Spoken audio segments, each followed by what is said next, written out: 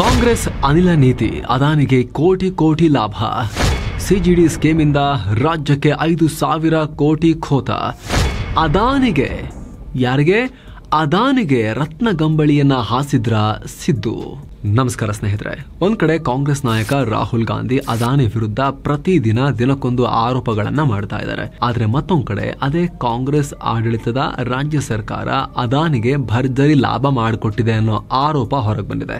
Gas pipeline ಅಳವಡಿಸೋ ಹೊಸ ನೀತಿಯಲ್ಲಿ, ಪಾಲಿಸಿಯಲ್ಲಿ ರಾಜ್ಯಕ್ಕೆ 5,000 ಕೋಟಿ ಲಾಸ್ ಆಗಿದೆ ಅನ್ನೋ ಆರೋಪ.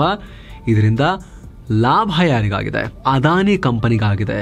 ಅದಾನಿ ಮತ್ತು ಇತರ ಅನಿಲ ಕಂಪನಿಗಳಿಗೆ ಹೋಗ್ತಾ ಇದೆ ಅನ್ನೋ ಆರೋಪವನ್ನ ಮಾಡಲಾಗಿದೆ. ಖುದ್ದು ಸಿದ್ದರಾಮಯ್ಯ ಸರ್ಕಾರದ PWD ಇಲಾಖೆ ಇದರಿಂದ ರಾಜ್ಯಕ್ಕೆ ಲಾಸ್ ಆಗತ್ತೆ ಅಂತ ಹೇಳಿದ್ರು ಕೂಡ ಸಿದ್ದು ಸರ್ಕಾರ ಕೇರ್ ಮಾಡಿಲ್ಲ.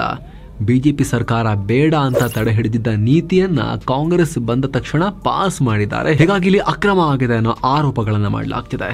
ಸಿಜಿಡಿ ಸಾಕಷ್ಟು ಕೋಲಾಹಲಕ್ಕೆ ಕಾರಣ ಆಗ್ತಾ ಇದೆ. ದಿಲ್ಲಿ ಮದ್ಯ ಹಗರಣಕ್ಕಿಂತ ದೊಡ್ಡ ಹಗರಣ ಆಗಿದೆ ಅನ್ನೋ ಆರೋಪ ಮಾಡಲಾಗ್ತಿದೆ. ಹಾಗಿದ್ರೆ ಏನಿದು ಸಿಜಿಡಿ ಅನಿಲ ನೀತಿ? ನಿಜವಾಗ್ಲೂ ಇಲ್ಲಿ ಸಿದ್ದು ಸರ್ಕಾರ ಅದಾನಿ ಕಂಪನಿಗೆ ಲಾಭ ಮಾಡಿಕೊಡ್ತಾ, ಅಥವಾ ಸಿದ್ದು ಸರ್ಕಾರದ ಪಾಲಿಸಿಯಿಂದ ಅದಾನಿ ಕಂಪನಿಗೆ ಬೇರೆ ರಾಜ್ಯಗಳಿಗೆ ಕಂಪೇರ್ ಮಾಡಿದ್ರೆ ಇಲ್ಲಿ ಪ್ರಾಫಿಟ್ ಆಯ್ತಾ? ಈ ಬಗ್ಗೆ ಸರ್ಕಾರದ ಉತ್ತರ ಏನು? ಸರ್ಕಾರದ ಡಿಫೆನ್ಸ್ ಏನು? ಅದನ್ನು ನೋಡಬೇಕು. ಎಲ್ಲವನ್ನ ನಾವು ಈ ವರದಿಯಲ್ಲಿ ನೋಡ್ತಾ ಹೋಗೋಣ. ಕಡೆ ತನಕ ಮಿಸ್ ಮಾಡದೆ ನೋಡಿ. ಏನಿದು ಸಿಜಿಡಿ ಸ್ಕೀಮ್? ಸ್ನೇಹಿತರೆ, ಸಿಜಿಡಿ ಸಿಟಿ ಗ್ಯಾಸ್ ಡಿಸ್ಟ್ರಿಬ್ಯೂಷನ್ ಅನ್ನೋದು ನಗರಗಳಲ್ಲಿ ಪೈಪ್ ಮೂಲಕ CNG ಗ್ಯಾಸ್ನ ಸೀದಾ ಕಿಚನ್ ಅಲ್ಲಿ ಸ್ಟವ್ಗೆನೆ ಪೂರೈಕೆ ಮಾಡೋ ಪೈಪ್ ಲೈನ್ ಯೋಜನೆ.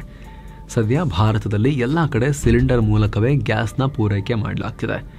HP, ಇಂಡೇನ್, ಭಾರತ್ ಗ್ಯಾಸ್ ನಂತ ಖಾಸಗಿ ಕಂಪನಿಗಳು ಮನೆ ಮನೆಗೆ ಸಿಲಿಂಡರ್ಗಳಲ್ಲಿ LPG ಗ್ಯಾಸ್ ನೀಡ್ತಾ ಇವೆ. ಆದ್ರೆ ಈ LPG ಪೆಟ್ರೋಲಿಯಂ ಉತ್ಪನ್ನ. LPG ಪೂರ್ಣ ಹೆಸರೇ ಲಿಕ್ವಿಡ್ ಪೆಟ್ರೋಲಿಯಂ ಗ್ಯಾಸ್. ಹೀಗಾಗಿ ಈ ಪೆಟ್ರೋಲಿಯಂ ಅವಲಂಬನೆಯನ್ನ ಕಮ್ಮಿ ಮಾಡಬೇಕು. ಅದರ ಬದಲಾಗಿ ನ್ಯಾಚುರಲ್ ಗ್ಯಾಸ್ ನಂತಹ ಕ್ಲೀನ್ ಎನರ್ಜಿ ಅಥವಾ ಹಸಿರು ಇಂಧನ ಕಡೆಗೆ ಮುಖ ಮಾಡಬೇಕು. ಆ ಮೂಲಕ ಪರಿಸರದಲ್ಲಿ ಇಂಗಾಲದ ಹೊರಸೂಸುವಿಕೆಯನ್ನ ಕಮ್ಮಿ ಮಾಡಬೇಕು ಅಂತ ಕೇಂದ್ರ ಸರ್ಕಾರ ಗುರಿಯನ್ನ ಹಾಕೊಂಡಿದೆ. 2030 ಒಳಗೆ ಭಾರತದಲ್ಲಿ ನ್ಯಾಚುರಲ್ ಗ್ಯಾಸ್ ಅಥವಾ ನೈಸರ್ಗಿಕ ಅನಿಲ ಬಳಕೆಯನ್ನ ಈಗಿರೋ 6% ನಿಂದ 15%ಗೆ ತಗೊಂಡು ಹೋಗಬೇಕು ಅನ್ನೋ ಟಾರ್ಗೆಟ್ ಅನ್ನ ಇಟ್ಕೊಂಡಿತ್ತು. ಅದರ ಭಾಗವಾಗಿ ಈ ಸಿಟಿ ಗ್ಯಾಸ್ ಡಿಸ್ಟ್ರಿಬ್ಯೂಷನ್ CGD ಯೋಜನೆಯನ್ನ ಜಾರಿ ಮಾಡಿತ್ತು. ಇದರಲ್ಲಿ ಮೊದಲ ಹಂತದಲ್ಲಿ ನಗರಗಳಲ್ಲಿ ಮನೆ ಮನೆಗೆ ಪೈಪ್ಲೈನ್ ಮೂಲಕ ನ್ಯಾಚುರಲ್ ಗ್ಯಾಸ್ನ ಪೂರೈಕೆ ಮಾಡಬೇಕಾಗಿತ್ತು. ಕೇವಲ ಗೃಹ ಬಳಕೆಗೆ ಅಂತಷ್ಟೇ ಅಲ್ಲ, CNG ಸ್ಟೇಷನ್ಗಳನ್ನು ಕೂಡ ಸ್ಥಾಪಿಸಿ ವಾಣಿಜ್ಯ, ಕೈಗಾರಿಕೆ ಮತ್ತು ವಾಹನಗಳಿಗೂ ನ್ಯಾಚುರಲ್ ಗ್ಯಾಸ್ ಸರಬರಾಜಾಗಬೇಕು. ಆ ರೀತಿ CGD ಸ್ಕೀಮ್ನ ರೂಪಿಸಲಾಗಿತ್ತು. ಆದರೆ ಈ ಯೋಜನೆ ಪರಿಣಾಮಕಾರಿಯಾಗಿ ಜಾರಿ ಆಗಬೇಕು ಅಂದರೆ ರಾಜ್ಯ ಸರ್ಕಾರಗಳು ಕೂಡ ಅವರವರ ವ್ಯಾಪ್ತಿಯಲ್ಲಿ ಪ್ರತ್ಯೇಕ ಅನಿಲ ನೀತಿಯನ್ನ ತರಬೇಕಾಗಿತ್ತು. ಆ ಪ್ರಕಾರ 2023 ನವೆಂಬರ್ನಲ್ಲಿ ಸಿದ್ದು ನೇತೃತ್ವದ ಕಾಂಗ್ರೆಸ್ ಸರ್ಕಾರ state policy for the development of city gas distribution ಅಂದ್ರೆ ರಾಜ್ಯ ಅನಿಲ ನೀತಿಯನ್ನ ಜಾರಿಗೆ ತಂದಿದೆ ಅಂತ ಅನ್ಕೊಳ್ಳಿ. ಈಗ ಇದೇ ಯೋಜನೆಯಲ್ಲಿ ಅಕ್ರಮ ಆಗಿದೆ. ಅದಾನಿ ಕಂಪನಿಗೆ ಸಾವಿರಾರು ಕೋಟಿ ಲಾಭ ಆಗಿದೆ ಅನ್ನೋ ಆರೋಪ ಮಾಡಲಾಗ್ತಿದೆ. ಹಾಗಿದ್ರೆ ಏನು ಈ ಆರೋಪದಲ್ಲಿ ಏನ್ ತಿರುಳಿದೆ?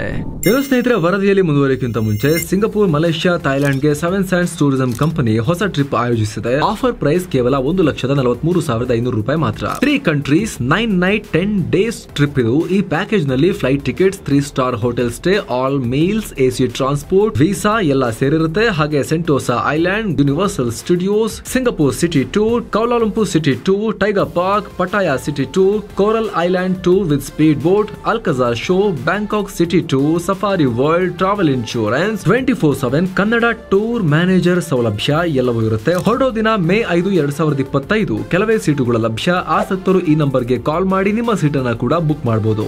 ಬನ್ನಿ ಈಗ ವರದಿಯಲ್ಲಿ ಮುಂದುವರಿಯೋಣ. ಮೀಟರ್ಗೆ 1 ರೂಪಾಯಿ, ರಾಜ್ಯಕ್ಕೆ 5,000 ಕೋಟಿ ಖೋತ.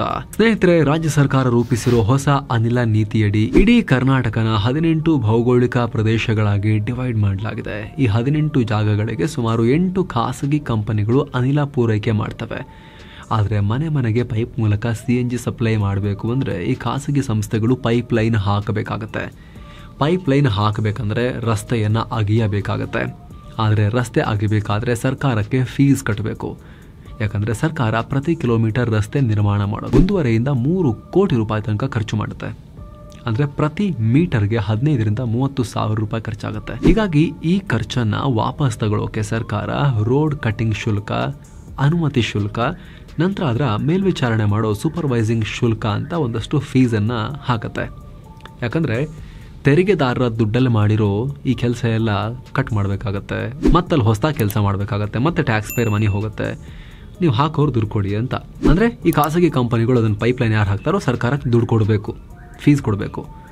ಆ ಪ್ರಕಾರ ಬೆಂಗಳೂರಲ್ಲಿ ಓಪನ್ ಟ್ರೆಂಚ್ ಮಾದರಿಯಲ್ಲಿ 1 ಮೀಟರ್ ರಸ್ತೆ ಅಗಿಬೇಕು ಅಂತ ಹೇಳಿದ್ರೆ 1857 ರೂಪಾಯಿ ಪೇ ಮಾಡಬೇಕು.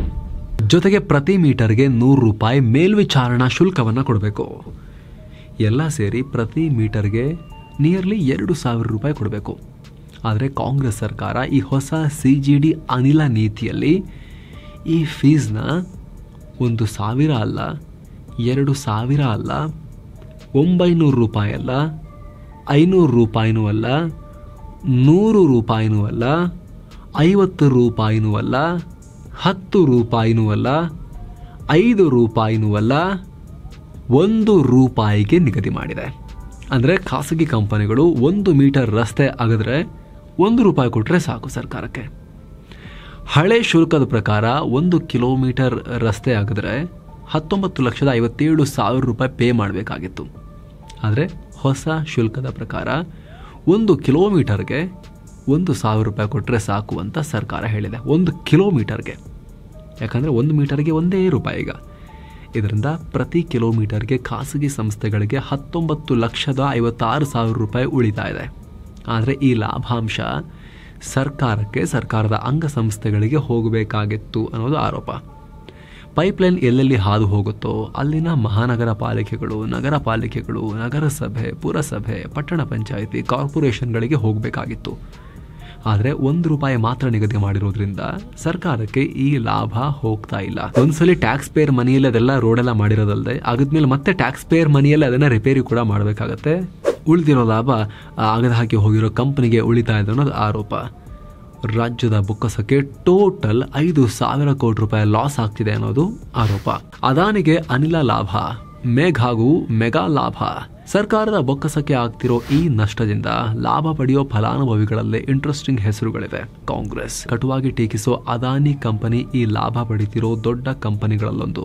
ಉಡುಪಿ ಜಿಲ್ಲೆಯಲ್ಲಿ 569 ಕಿಲೋಮೀಟರ್ಗೆ ಅದಾನಿ ಗ್ಯಾಸ್ ಲಿಮಿಟೆಡ್ ಮತ್ತು ಧಾರವಾಡ ಜಿಲ್ಲೆಯಲ್ಲಿ 1520 ಕಿಲೋಮೀಟರ್ಗೆ Indian oil Adani gas limited ಕಂಪನಿಗಳು ಪೈಪ್ ಅಳವಡಿಕೆ ಹಾಗೂ ನೈಸರ್ಗಿಕ ಅನಿಲ ಪೂರೈಕೆ ಕೆಲಸ ಮಾಡ್ತಿವೆ. ಇಲ್ಲಿ ಎರಡೂ ಕಡೆ ಅದಾನಿ ಸಮೂಹದ ಕೆಲಸ ಇದೆ. ಹೀಗಾಗಿ ಈ CDG ನೀತಿಯಿಂದ ಅದಾನಿ ಕಂಪನಿಗೆ ಸುಮಾರು 397 ಕೋಟಿ ರೂಪಾಯಿ ಎಕ್ಸ್ಟ್ರಾ ಲಾಭ ಉಳಿತಾ ಇದೆ ಅನ್ನೋದು ಆರೋಪ.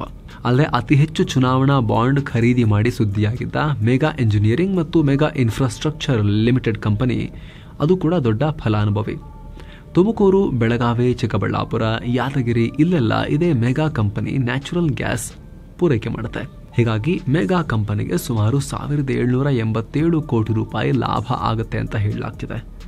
ಇದು ಕೂಡ ಬಹಳ ಚರ್ಚೆಗೆ ಕಾರಣ ಆಗ್ತಾ ಇದೆ.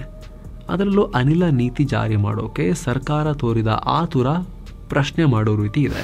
PWD ಸೂಚನೆ ಕಡೆಗಣನೆ, ಬಿಜೆಪಿ ಡ್ರಾಪ್ ಮಾಡಿದ್ದ ಸ್ಕೀಮ್ ಜಾರಿ ಮಾಡಿದ ಕಾಂಗ್ರೆಸ್. ಸ್ನೇಹಿತರೆ, CDG ಯೋಜನೆಯಲ್ಲಿ ಶುಲ್ಕ ಕಡಿಮೆ ಮಾಡೋದ್ರಿಂದ ಸರ್ಕಾರಕ್ಕೆ ಲಾಸ್ ಆಗುತ್ತೆ ಅನ್ನೋದನ್ನ ಬೇರೆ ಯಾರೂ ಅಲ್ಲ, ಖುದ್ದು ಸಿದ್ದರಾಮಯ್ಯ ಸರ್ಕಾರದ PWD ಇಲಾಖೆನೇ ಸರ್ಕಾರಕ್ಕೆ ಎಚ್ಚರಿಕೆ ಕೊಡ್ತು. ಸಾಮಾನ್ಯವಾಗಿ ಯಾವುದೇ ಯೋಜನೆ ಜಾರಿಯಾಗಬೇಕಾದ್ರೆ ಅದಕ್ಕೆ ಸಂಬಂಧಪಟ್ಟ ಇಲಾಖೆಗಳು ಒಪಿನಿಯನ್ ಕೊಡ್ತವೆ. ಅದೇ ರೀತಿ CDG ಯೋಜನೆ ಬಗ್ಗೆ ಲೋಕೋಪಯೋಗಿ ಇಲಾಖೆ, ಸಿಕ್ಕಾಪಟ್ಟೆ ಭ್ರಷ್ಟ ಇಲಾಖೆ ಅಂತ ಕರೆಸ್ಕೊಂಡಿರೋ ಇಲಾಖೆನೇ ಇದು ಕೂಡ. ಬಟ್ ಈ ಸಲ ಅವರು PWD ಇಲಾಖೆಯವರು 2022 ನವೆಂಬರ್ 22ನೇ ತಾರೀಕು ಒಪಿನಿಯನ್ ಕೊಟ್ಟಿದ್ರು. PWD ಇಲಾಖೆಯ ಅಧೀನ ಕಾರ್ಯದರ್ಶಿಯಾಗಿದ್ದ KN ರಾಮಚಂದ್ರಪ್ಪ ಅವರು ಸುಮಾರು 400 ಪುಟಗಳ ಪತ್ರ ಬರೆದು ಸರ್ಕಾರಕ್ಕಾಗುವ ಧಕ್ಕೆ ಬಗ್ಗೆ ಎಚ್ಚರಿಸಿದ್ರು. ಪ್ರಸ್ತುತ ಇಲಾಖೆ ನೀಡಿರೋ ದರ ಬಿಟ್ಟು ಮೀಟರ್ಗೆ 1 ರೂಪಾಯಿ ಚಾರ್ಜ್ ಮಾಡಿದ್ರೆ ಸರ್ಕಾರಕ್ಕೆ ಭಾರಿ ಆರ್ಥಿಕ ನಷ್ಟ ಆಗಬಹುದು ಅಂತ ಹೇಳಿದ್ರು. ಹೀಗಿದ್ರೂ ಕೂಡ ಕಾಂಗ್ರೆಸ್ ಸರ್ಕಾರ ತನ್ನದೇ ಇಲಾಖೆಯ ಅಭಿಪ್ರಾಯಕ್ಕೆ ಕೇರ್ ಮಾಡಿಲ್ಲ. ಇನ್ಫ್ಯಾಕ್ಟ್ ಈ ಅಭಿಪ್ರಾಯವನ್ನು ಲೋಕೋಪಯೋಗಿ ಇಲಾಖೆ 3 ವರ್ಷದ ಹಿಂದೆನೇ ನೀಡಿತ್ತು. ಹೀಗಾಗಿ ಅಂದಿನ BJP ಸರ್ಕಾರ 2 ಸಲ ಕ್ಯಾಬಿನೆಟ್ನಲ್ಲಿ CGD ಬಗ್ಗೆ ಚರ್ಚೆಯಾದರೂ ಪಾಸ್ ಮಾಡಿರಲಿಲ್ಲ. ಆದರೆ ಕಾಂಗ್ರೆಸ್ ಸರ್ಕಾರ ಆಡಳಿತಕ್ಕೆ ಬರ್ತಾ ಇದ್ದ ಹಾಗೆ 6 ತಿಂಗಳಲ್ಲಿ ರಾಜ್ಯ ಅನಿಲ ನೀತಿಯನ್ನು ಜಾರಿ ಮಾಡಿದೆ. ಲಾಭ ಜನರಿಗೆ ಹೋಗುತ್ತೆ, ನಷ್ಟ ಅಲ್ಲಗಳೆದ ಸರ್ಕಾರ. ಸ್ನೇಹಿತರೆ, ಈ ವಿಚಾರದಲ್ಲಿ ರಾಜ್ಯ ಸರ್ಕಾರ ತನ್ನ ನಡೆಯನ್ನ ಸಮರ್ಥಿಸಿಕೊಂಡಿದೆ. ಅವರ ಡಿಫೆನ್ಸ್ ನಲ್ಲಿ ಒಂದಷ್ಟು ಅಂಶಗಳನ್ನ ಮುಂದಿಟ್ಟಿದೆ. ಸಿಡಿಜಿ ಚರ್ಚೆ ಜೋರಾಕಿದ ಹಾಗೆ ಬಿಜೆಪಿಯ ಬಸನಗೌಡ ಯತ್ನಾಳ್ ವಿಧಾನಸಭೆಯಲ್ಲಿ ಪ್ರಶ್ನೆ ಮಾಡಿ ಇದನ್ನ ರೈಸ್ ಮಾಡಿ ಸರ್ಕಾರವನ್ನ ಪ್ರಶ್ನೆ ಮಾಡಿದ್ರು. ಆ ನಂತರ ವಿಧಾನ ಪರಿಷತ್ನಲ್ಲಿ ಬಿಜೆಪಿಯ DS ಅರುಣ್ ಕೂಡ ಒಂದು ಪ್ರಶ್ನೆಯನ್ನ ರೈಸ್ ಮಾಡಿದ್ರು. ರಾಜ್ಯ ನಗರ ಅನಿಲ ನೀತಿಯಡಿ ಅಳವಡಿಕೆ ಶುಲ್ಕ ಇಳಿಸಿರೋದ್ರಿಂದ ಸರ್ಕಾರದ ಬೊಕ್ಕಸಕ್ಕೆ ಹಾನಿ ಉಂಟಾಗೋದು ನಿಮ್ಮ ಗಮನಕ್ಕೆ ಬಂದಿದೆಯಾ? ಈ ನೀತಿ ಜಾರಿಗೆ ತರೋ ಮುನ್ನ ಆರ್ಥಿಕ ಪರಿಣಾಮಗಳ ವಿಶ್ಲೇಷಣೆ ಆಗಿತ್ತಾ ಅಂತ ಕ್ವಶನ್ ಮಾಡಿದ್ರು. ಇದಕ್ಕೆ ಉತ್ತರಿಸಿರೋ ಸಚಿವ MB ಪಾಟೀಲ್ ಸರ್ಕಾರಕ್ಕೆ ಯಾವುದೇ ಲಾಸ್ ಆಗಲ್ಲ ಅಂತ ಹೇಳಿದ್ದಾರೆ.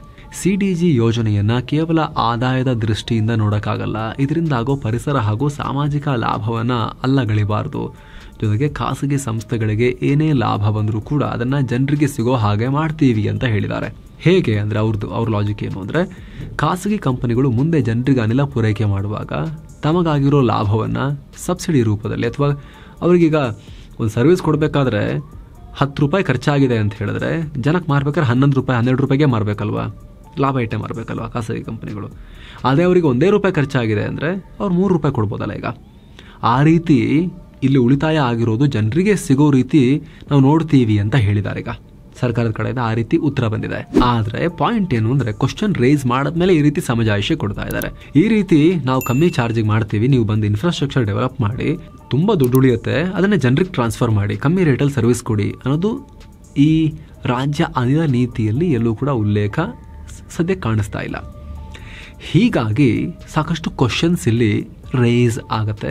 ಸರ್ಕಾರದ ಮೇಲೆ ಇನ್ನಷ್ಟು ಸರಿಯಾಗಿ ಉತ್ತರ ಕೊಡ್ರಿ ಅನ್ನೋ ಪ್ರೆಷರ್ ಈಗ ಬಿಲ್ಡ್ ಆಗ್ತಾ ಇದೆ. ಇದಕ್ಕೆ ಸಂಬಂಧಪಟ್ಟಂತೆ ನಿಮ್ಮ ಒಪಿನಿಯನ್ ಕಾಮೆಂಟ್ ಮಾಡಿ ತಿಳಿಸಬಹುದು ಸ್ನೇಹಿತರೆ. Thank you so much. ಮತ್ತೆ ಭೇಟಿ ಆಗ್ತಿರೋಣ. ನಮಸ್ತೆ.